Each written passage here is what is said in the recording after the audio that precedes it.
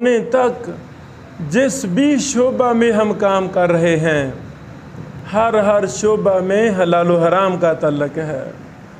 کھانا اور پینا، اس میں حلال و حرام کا بہت بڑا تعلق ہے۔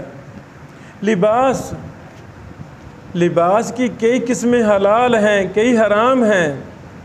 لباس کی کئی شکلیں، کئی صورتیں حلال ہیں، کئی حرام ہیں۔ خرید و فروخت تجارت جو ہم روزانہ 24 گھنٹے کر رہے ہیں، اس میں کتنی چیزیں خرید و فروخت میں حلال ہیں اور کتنی صورتیں حرام ہیں۔ اللہ اکبر۔ معاملات یہ بہت بڑا میدان ہے۔ مثلا میں ایک مسجد کا امام ہوں، خطیب ہوں، تو اس مسئلہ میں کتنے حلال کام کرتا ہوں، کتنے حرام کاموں کا ارتکاب کرتا ہوں۔ مثلا میں درزی ہوں، تو درزی کے میدان میں کپڑے سلائی کرنے میں کہاں حلال کماتا ہوں، میں کہاں حرام کماتا ہوں۔ میں میٹر کلرک ہوں، یہ بھی ایک معاملہ ہے، یہ شعبہ ہے۔ میٹر کلرک انسان کیسے حرام میں ملوث ہو جاتا ہے۔ اللہ اکبر۔ خطاط کن صورتوں میں اس کی کمائی حرام ہو جاتی ہے؟ کیا جو مرضی اسے لکھوا لیا جائے؟ نہیں، خطاط اور پینٹر اور کمپوزر بھی پابند ہے کہ وہ کن چیزوں کا کام کرے گا، کن حرام چیزوں کا کام نہیں کرے گا۔ اللہ اکبر۔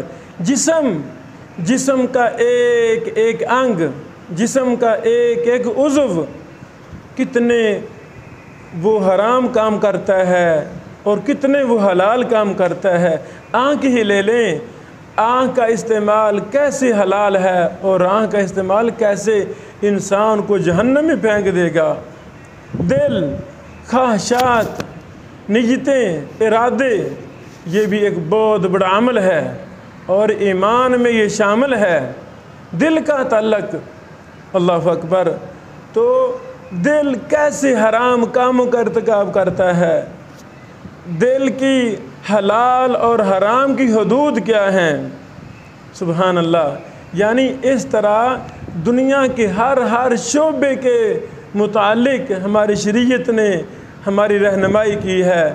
وہاں حلال چیزوں کو بھی پیش کیا ہے اور حرام کو بھی پیش کیا ہے۔ اللہ اکبر۔